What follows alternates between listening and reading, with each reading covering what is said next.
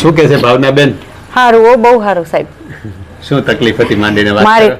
કમર દુખતી હતી, પગ દુખતો તો ઊભી નહોતી રહી શકતી, ડોક દુખતી હતી. કમર દુખતી, પગ દુખતો, કેટલા સમયથી? કમર 18 વર્ષથી દુખતી. ઓહો, જાજુ ખેંચ્યું. હા, ઘણું. 18 વર્ષથી. તમને જે તે સમય તમે આવ્યા ત્યારે કમર અને આખો પગ દુખતો હતો? હા, ને ડોક દુખતી બહુ. દુખતી હતી. તમને ચોથા અને પાંચમા મણકામાં ગાદી ખસી ગઈ હતી. 18 વર્ષથી હતું આમનો? હા, 18 વર્ષથી. શું થાતું?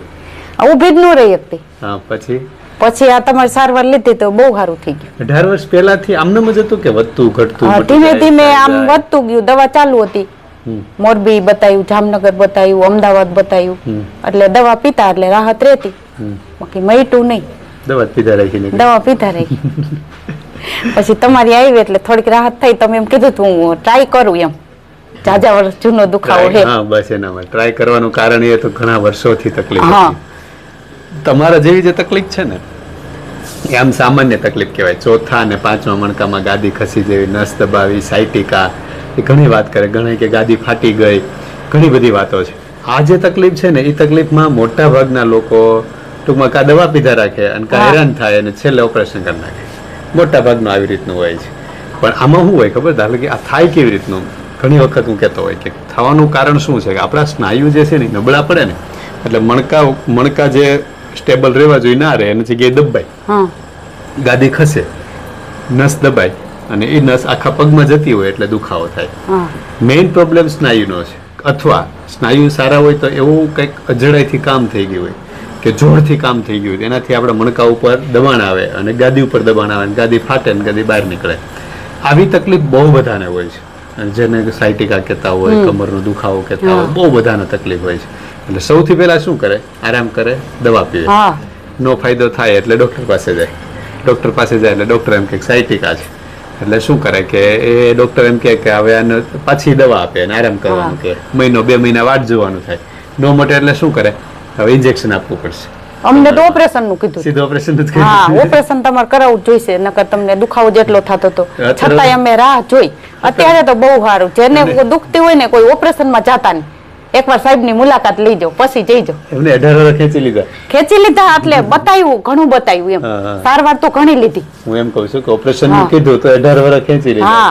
હા, 5 વર્ષ પહેલા કહી દીધું તમારે ફાઇનલ જ છે, ઓપરેશન કરાવવું જ પડશે.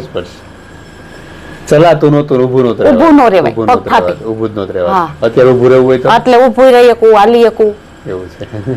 હવે આટલો દુખાવો થોડો હોય તો અસર નથી કરતો. એમ થાય કે મટી જ ગયું. મગજમાં જાજો દુખાવો હતો. હા, રાતની નીંદર જ ન આવતી સાહેબ. નીંદર ન આવે. આપણે હવે તો શું કહેવાય, ઘણો ફાયદો. આપણે 7 જુલાઈ ઓગસ્ટમાં આપણે સારવાર ચાલુ કરી હતી. અત્યારે 3 મહિના જેવું થયું. 3 મહિનામાં ઘણો ફાયદો થઈ ગયો. ઘણો થઈ ગયો. તમે આવો તેમ કહો શું છે હવે ભાવનાબેન? હવે શું હું કહું? જી, હવે બધું મને અહીંથી સારું થયું ને, નક્કી જ કરી લીધું હવે. એટલે ઓપરેશન માં કોઈ જાતા નહીં. જે ગમે તે જોતા હોય વિડીયો સાહેબ નો, પેલા મુલાકાત સાહેબ ની લઈજો. એવું ના હોય બેન, કે છે સાચી વાત છે, પણ ઓપરેશન કરવું હોય તો કરી નાખે. એવું બહુ પેલું ના હોય. ના સાહેબ, અમાર જેવો તો કેસ ક્યાંક જઈશે એમ આટલા વર્ષથી. ઓપરેશન ના કરવું હોય તો આપણી સારવાર કરી શકાય. હા, પેલા સારવાર લઈજો એમ. મેઇન વસ્તુ એ છે કે તમારી જેવી તકલીફ ઘણા બધાને હોય, પણ તમારી જેવી તકલીફ ઓપરેશન વગર મટી શકે છે, આ મહત્વનું. એટલે તમારી જેવી તકલીફ લાંબા ટાઈમનો દુખાવો એમ. હા, એટલે હું એમ નથી કહેતો કે 100% બધાને મટી જ જાય, પણ તમારા જેવા કેસમાં 70% લોકોને મટવાની શક્યતા છે. 70% ને મટી જાય, 30% ના મટે તો છેલ્લે ઓપરેશન કરવું પડે. પણ પ્રયત્ન કરીએ તો ખબર પડે. એમ તો આઈડિયા ના આવે, સીધું તો ખબર ના પડે કે શું થશે, મટશે કે નહીં મટે. એટલે 17 વર્ષથી બેનને તકલીફ હતી, તો આટલા બધા સમયથી તકલીફ હતી છતાં બેન સહન કરતા હતા, દવાઓ પીતા હતા. અત્યારે મને કેટલો ઉત્સાહ છે એમ, આટલું મને. ભાઈ ને કઈક કેવું છે કે એની ભાઈ રાખો. 17 વર્ષ અંદરથી આશીર્વાદ એટલા મળતા હવે કે છેલ્લા 17 વર્ષથી અમે જે આ તકલીફમાં ભોગ પડતા તેમાં સારા ડોક્ટર રાજકોટ, મોરબી, અમદાવાદ અને જામનગર, અમે બધાય ડોક્ટર પાસે મેડિકલની દવા લઈ અને સારવાર લીધી. કોઈ પણ જાતનો ક્યાંય પણ ફાયદો એવો ન થયો. છેલ્લે ડૉક્ટર નિલેશ રામાણી, હું તો અહીંયા સુધી કહીશ કે નવું જીવન મળ્યું છે અને આજના અમારા ભગવાન છે. કારણ કે જેને અમે 3 મહિના પહેલાં જે અમે પોઝિશનમાં હેરાન થતા હતા, કે આખી રાત બેડ ઉપર હુતા રોતા રોતા એવી રીતે હેરાન થઈને સવાર પાડે. હવે એ સવાર કેવી રીતે એને પડતું હોય છે ને આજ હાવ 3 મહિનામાં અમને શાંતિ થઈ ગઈ. અમે આનંદથી ઉસ્તાથી રાજકોટ આવી હાવ આરામ થઈ ગયો છે. એટલે કોઈ પણ ઓપરેશનમાં ગયા પહેલાં હું મારું વ્યક્તિગત માનવું એવું છે કે ડૉક્ટર નિલેશ રામાણીની અભિપ્રાય લઈ અને પછી તમે નક્કી કરજો કે આપણે ક્યાં જવું. હું ઓપરેશનના થિયેટરમાંથી બહાર આવીને અમે અહીંયા સારવાર લેવા આવ્યા હતા. આટલું મારું કહેવાનું છે. ગમે એ દર્દી એકવાર મુલાકાત કરજો અને સારવાર 100% સારી મળે છે અને દર્દી પણ આજે આનંદી છે.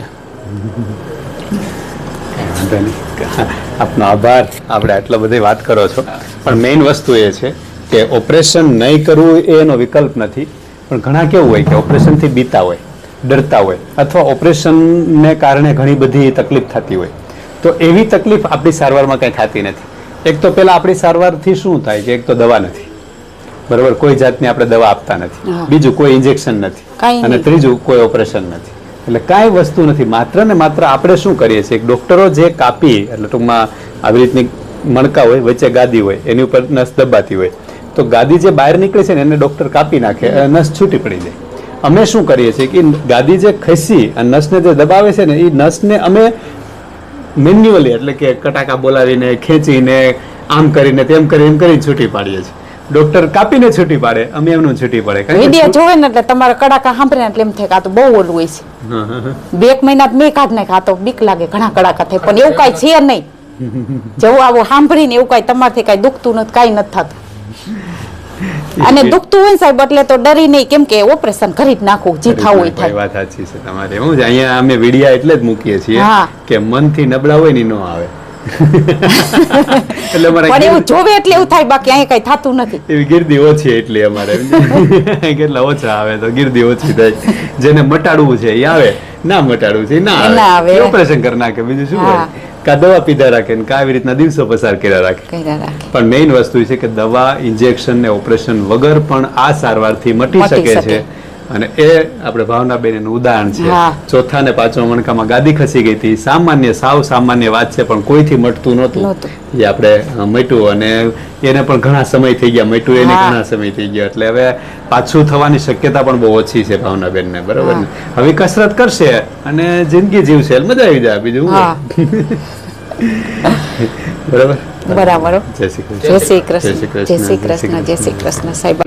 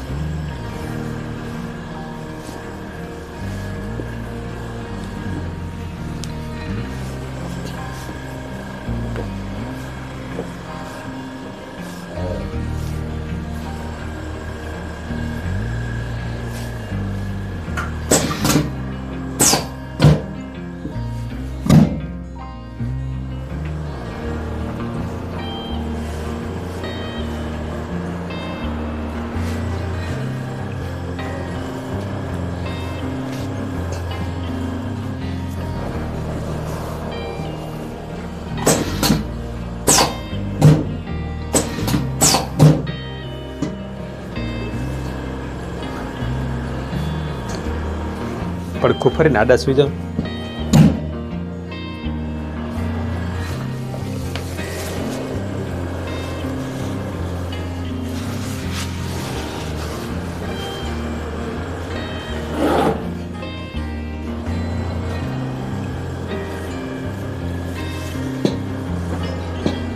શરીર ઢીલો રાખો. આ પગ એમ જ રાખો, આ પગને અહીંયા રાખો, ઢીલું મૂકી દો. બસ આમ ફરી જાઓ.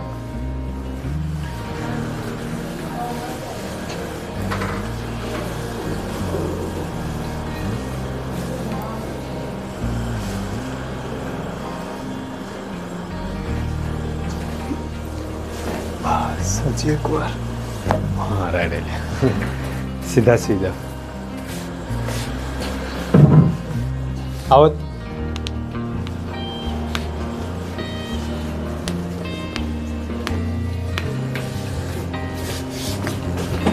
પેટ ઉપર જ હાથ રાખો.